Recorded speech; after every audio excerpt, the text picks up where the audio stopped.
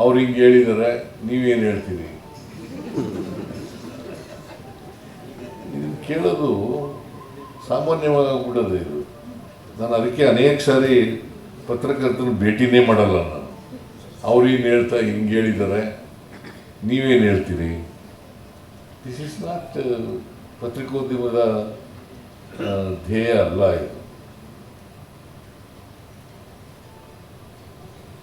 ಗೊತ್ತಾಯ್ತಾ? ಮುಗುರು, ನೀನು ಪತ್ರಕರ್ತ ಅಲ್ಲ. ಪತ್ರಕರ್ತರು ನಾವು ಪ್ರಜಾಪ್ರಭುತ್ವದ ವ್ಯವಸ್ಥೆಯಲ್ಲಿ 4ನೇ ಆಧಾರ ಸ್ತಂಭ ಅಂತ ಕರಿತೀವಿ.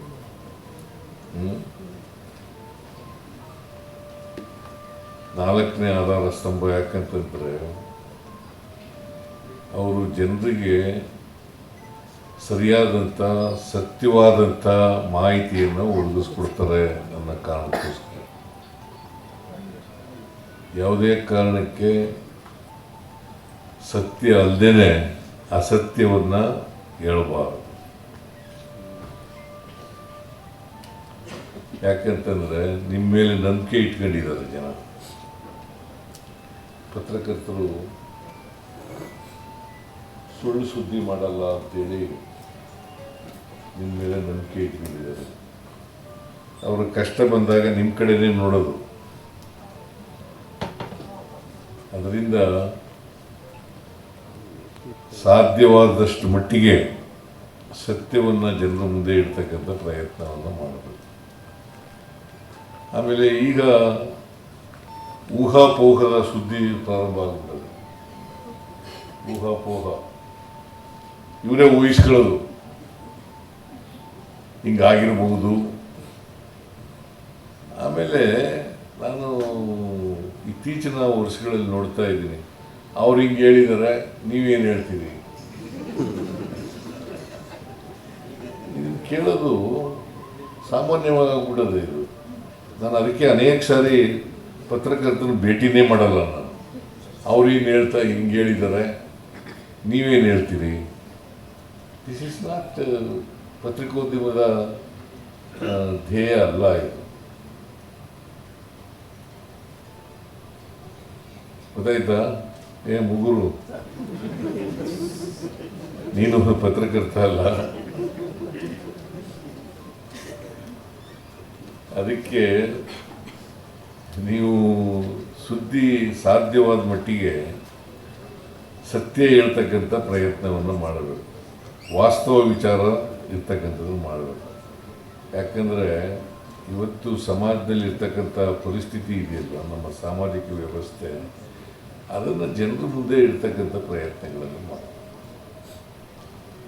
ಯಾಕೆ ಅಸಮಾನತೆ ನಿರ್ಮಾಣ ಆಗಿದೆ ಸಮಾಜದಲ್ಲಿ? ಅಸಮಾನತೆ ಯಾಕಪ್ಪ ನಿರ್ಮಾಣ ಆಯಿತು? ಅದು ಹೇಳೋದೇ ಇಲ್ಲ ನೀವು. ಅಸಮಾನತೆ ಆಗಬೇಕಾದ್ರೆ ಇವತ್ತು ನಮ್ಮ ಜಾತಿ ವ್ಯವಸ್ಥೆಯ ಕಾರಣಕ್ಕೋಸ್ಕರ ನೂರಾರು ವರ್ಷಗಳ ಕಾಲ ಶೂದ್ರ ವರ್ಗದವರು ಅಕ್ಷರ ಸಂಸ್ಕೃತಿಯಿಂದ ಅವಕಾಶಗಳಿಂದ ವಂಚಿತರಾಗಿ ಅಲ್ವಾ? ಎಲ್ಲರಿಗೂ ಸಮಾನ ಅವಕಾಶಗಳನ್ನು ಮೊದಲಿಂದ ಒದಗಿಸಿದ್ರೆ ಈ ಪರಿಸ್ಥಿತಿ ಯಾಕೆ ನಿರ್ಮಾಣ ಆಯ್ತಿತ್ತು? ಇದ್ರ ಬಗ್ಗೆ ಹೇಳ್ಬೇಕಲ್ಲ, ಜನರಿಗೆ ಜಾಗೃತಿ ಕೊಡಿಸ್ಬೇಕಲ್ಲ. ಇತ್ತೀಚೆಗೆ ನಾವೆಲ್ಲ ಓದ್ಕೊಂಡಿರೋದು, ಈಗ ನಮ್ಮ ಮನೆಯಲ್ಲಿ ನಂದೇ ಮೊದಲನೇ ಜನ್ರೇಷನ್ನು ಓದಿರೋದು. ನಮ್ಮಪ್ಪ ನಮ್ಮಮ್ಮ ಹೆಬ್ಬೆಟ್ಟು,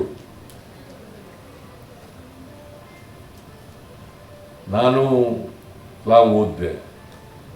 ಆಮೇಲೆ ಭಾಳಷ್ಟು ಈ ಮೌಢ್ಯಗಳನ್ನು ಅವಕಾಶ, ಇದಕ್ಕೆ ನೀವು ಉತ್ತೇಜನ ಕೊಡக்கூಡದು. ಭಾಳ ಜನ ಮೌಢ್ಯಗಳು ಜನರ ಮುಂದೆ ಇಡ್ತಕ್ಕಂಥ ಪ್ರಯತ್ನಗಳನ್ನು ಆಗ್ತದೆ. ಮತ್ತು ಬದಲಾವಣೆ ಮಾಡೋದು ಯಾಕೆ? ನೀವು ಸಮಾಜದಲ್ಲಿ ಬದಲಾವಣೆ ಆಗಬೇಕಲ್ಲಪ್ಪ. ಸಮಾಜದಲ್ಲಿ ಬದಲಾವಣೆ ಆಗಬೇಕಾದ್ರೆ ಮೌಢ್ಯಗಳಿದ್ರೆ ಆಗ್ತದ? ಬಸವಣ್ಣವರು 850 ವರ್ಷಗಳ ಹಿಂದೆ 12ನೇ ಶತಮಾನದಲ್ಲೇ ಹೇಳಿದ್ರು ಮೌಢ್ಯಗಳು ಬೇಡಿ ಅಂತ. ಅವರು ಅದು ಹೇಳೋದು ಬಿಟ್ಟು ಅದು ಹೇಳೋದೇ ಇಲ್ಲ. ಯಾವುದು ಹೇಳಬೇಕು ಜನರಿಗೆ ಅದನ್ನು ಹೇಳೋದೇ ಇಲ್ಲ, ಯಾವುದನ್ನು ಹೇಳಬಾರ್ದು ಅದನ್ನು ಹೇಳೋಕ್ಕೆ ಶುರು ಮಾಡ್ಬಿಟ್ಟು